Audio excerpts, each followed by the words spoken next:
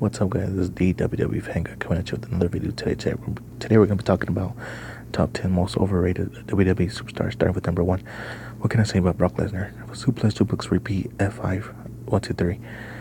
Not to mention he's a part-timer, not to mention, they don't have a lot of moves into his arsenal. And I liked him when he was the next big thing around 2003. And you can see on his far left when he was that character, but when he came back as the Beast, I just think his career. I think he started out very hot just to get very cold towards the end, and that's where Roman Reigns comes in that equation. We need a person that's going to represent the Universal title, with a lot of honor, and he needs to represent Raw better, and I just think Brock Lesnar's time's getting, stale. I just think his moves are getting stale. I think he's getting a little boring, and his character's not getting better. And I blame WWE officials for not doing that. And but he's a freakishly athlete. I think he's very good in the ring. I think they should have give more moves to his arsenal. But as a character itself, is just very weak and it's very overrated now. And but I respect him as a person. I respect him as an athlete. I just think his character is very weak and overrated. But yeah, that's number 1. Number two, Ramon don't deserve a lot of credit in my opinion, because he worked with the likes of Shawn Michaels, Hulk Hogan, Bret Hart, Kevin Nash. I think he owes a lot of credit to those guys that really brought his career to another level. Another level that a lot of wrestlers wish they would have had. Because if he didn't have that, he would have been stuck in the mud like any other wrestler. And I just think he wasn't really. I didn't really like his character as when I was younger. I think he was hey yo catchphrases and all that. I think it was a little weak, I just think he needed more character development. I think his in-ring work was very well, and I think I agree he should be in the Hall of Fame. But I think he was writing off a lot of those bigger WWE legends, and he owes a lot of credit to those guys. And if it wasn't for those guys, I think he wouldn't be as big. And I think I could find him kind of overrated, honestly. But that's the match that I like from him is him and Shawn Michaels for the IC title, a ladder match. But other than that, he never really got the biggest push ever, and that's really his fault, because I don't think even when he tried to stand on his own, I don't think he never really made it, because I think he needed to ride off the bigger WWE legends, and he never really could have put it. And I just think he's very overrated. But that's number 2. Number 3 is Jake the Snake Roberts. Jake the Snake Roberts really started hot going into WWF with the character and then him carrying the snake around him. I just think what hurt him was his injuries, and his in-ring work was not very well. And due to him not being not getting to that level, he was really forgettable as a character. Not really mentioned as a big time superstar, as the biggest legend. He's a very forgettable character, and I think he had his chances, but he didn't really pay. It was really a payoff for him. He never really caught the eyes of, like myself, as other WWE fans. And I just think he was very overrated. I just think he's a Hall of Famer, but his character is very overrated. No, sorry, his in-ring work was very overrated. I like his character. It was very promising, but it just never really caught on with other people like myself, and I just think I find him overrated.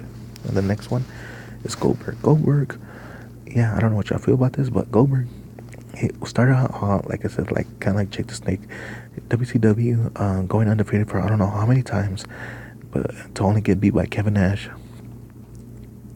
And his in-ring work was very bad, worse than Brock Lesnar bad. It was just signature and then finisher, 1, 2, 3. I think after a while it was getting pretty old, and I think it was getting very predictable as his career was getting better. And I just think when he went to WWE, I just think he was a big fish in a small pond, and he wasn't really ready for that kind of work. And I just think he didn't. I just think he wasn't ready for that, and I didn't really caught up with his character. I think his character was weak, just like his movesets in the ring. And yeah, I'm glad he's going to the Hall of Fame. I hate to be saying this, but he's very overrated. I just never really caught up with his character, and never really found him pretty, as a big thing. And I just think his character is very forgettable. And yeah, so the next one is, last but not least, is Big Show. Big Show had a lot of heat. Going into as the next big thing, as the next Under the Giant. Really unsucceeded that though. He started out good. I remember when he was younger, I think he was very talented in the ring, very athletic in the ring. I think what really hurt him was with his weight gain. I think his weight gain was very, getting pretty bad, especially later in his career in his mid 2000s. I think, yeah, you could say Andre, but Andre was a freakishly big athlete. He did things in the ring that, he was big, but he did things in the ring that it was unforgettable, and it's something that we never seen before. I think Big Show. I think he had some cheesy antics too. Big Show. Big Show was very hard to get behind and take serious, especially when he was putting him in weird promos and putting him in cheesy stuff. I just never really thought he was Under the Giant. I just never really thought. I think he was just trying to chase Under the Giant, but he'll never get to Under the Giant. He's not even close. I just never caught on with Big Show, honestly.